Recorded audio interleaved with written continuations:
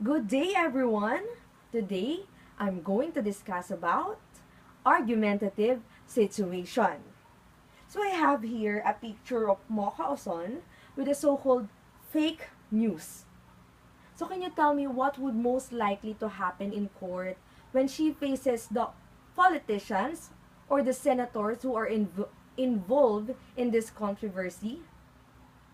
Try to guess. Alright, very good. Of course, an argumentation will happen or argumentation comes out between Mocha and the senators involved. So each side will try to persuade us, the audience, that what they are saying is true. But the question is, how? Try to guess.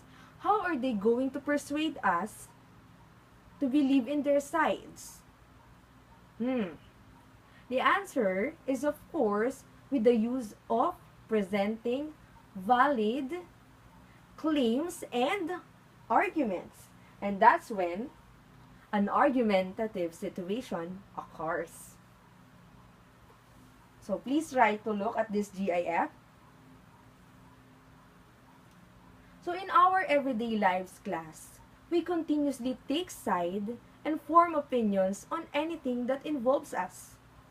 However, defending our points with just merely saying, because I think so, or because I really think so, won't make any case, class. So it is therefore important for every one of us to learn how to properly outline our thoughts and present our valid arguments and valid evidences. And we are talking about arguments. But let's talk about what is the meaning of an argumentation. So an argumentation class is a special or a specific kind of persuasion. So its purpose is to provide an organized, well-supported, and well-reasoned conclusions in order to arrive at a good condition. Another question, how are we going to arrive at a good condition? So in order for us to arrive at a good condition, we must present logical appeal, evidences, claims, backing, and even rebuttals. So basically, it will take or it will require two or more perspectives in each or on every issue. Let's talk about the 5 elements an argumentative writer must consider. So basically, here are some points to remember when we are involved in an argumentative situation.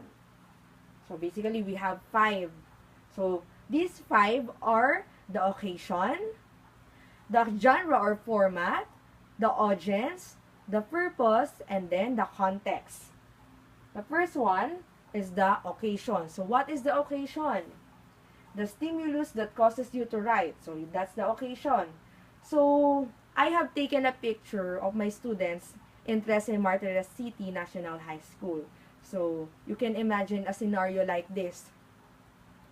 The students are starting their activity, their group activity, when the leader noticed that some of her members are not participating. Oh, she is the leader, the one in the red circle. She noticed that some of her members are not participating. So that got her frustrated.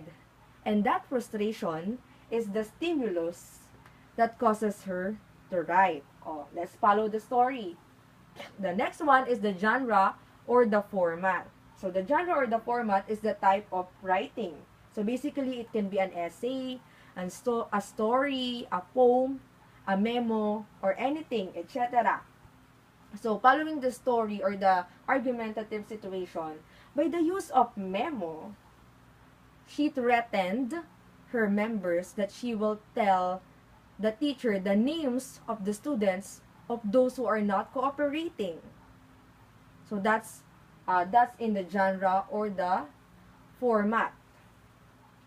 The next one is the audience. So basically, the audience are the readers or the listeners. So it can be students, workers, teachers, or anyone. So anyone could be an audience. So The audience, who do you think is the target audience of the argumentative situation? Well, basically, the target audience of the argumentative situation are the other students. Because the ones involved in the argumentative situation are the members and the leaders. So their target audience, or the one whom they are to persuade, are the students or the other students. So as for the students, to whom are they going to be persuaded?